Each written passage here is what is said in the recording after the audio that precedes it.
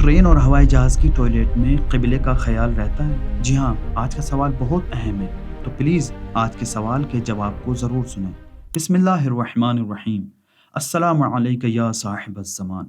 मैं शिया आसान अहकाम के इस एपिसोड में आपको खुशामदीद कहता हूँ। शायद बहुत से लोग नहीं जानते कि ट्रेन और हवाई जहाज़ की टॉयलेट में अगर हम रुक करके यानी क़िबले की तरफ रुक करके या पीठ करके बैठते हैं टॉयलेट में, तो ये फ़ेल जो हम अंजाम दे रहे हैं ये जायज़ नहीं है। चलिए इस एपिसोड में तीनों मराजों के नज़र जानते हैं। आयतुल्लाह सैयद अली ख़ामेनी और आयतुल्लाह मकारिम शिराज़ी फरमाते हैं कि अगर आप ट्रेन और हवाई जहाज़ में सफ़र कर रहे हैं और टॉयलेट की हाजत है, तो आपको ज़रूरी है कि उसके बारे में यानी क़िबले रुख के बारे में तहक़ीक़ करें। अगर वहाँ कर सकते हैं तो तहक़ीक़ करना आप पर ज़रूरी है और क़िबले की तरफ रुख करके और पीठ करके बैठने का लिहाज़ करना ज़रूरी है। फिर कहते हैं कि अगर तहक़ीक़ मुमकिन ना हो और आप मजबूर हो जाएँ टॉयलेट जाने के लिए कि अब ज़रूरी है टॉयलेट जाना, तो इस सूरत में आप टॉयलेट को यूज़ कर सकते हैं। लेकिन अगर आपको किसी तरफ एहतमाल है, शक है कि इस तरफ क़िबले का रुख हो सकता है, तो बेहतर है उस समत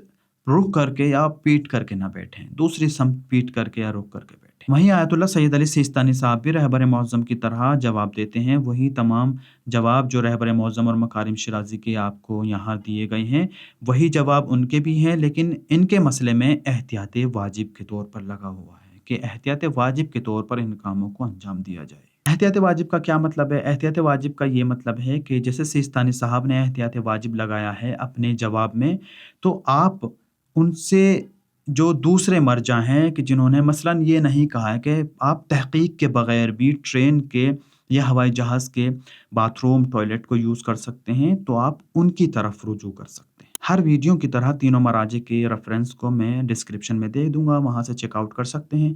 वस्सलामु अलैकुम व रहमतुल्लाहि व बरकातहू।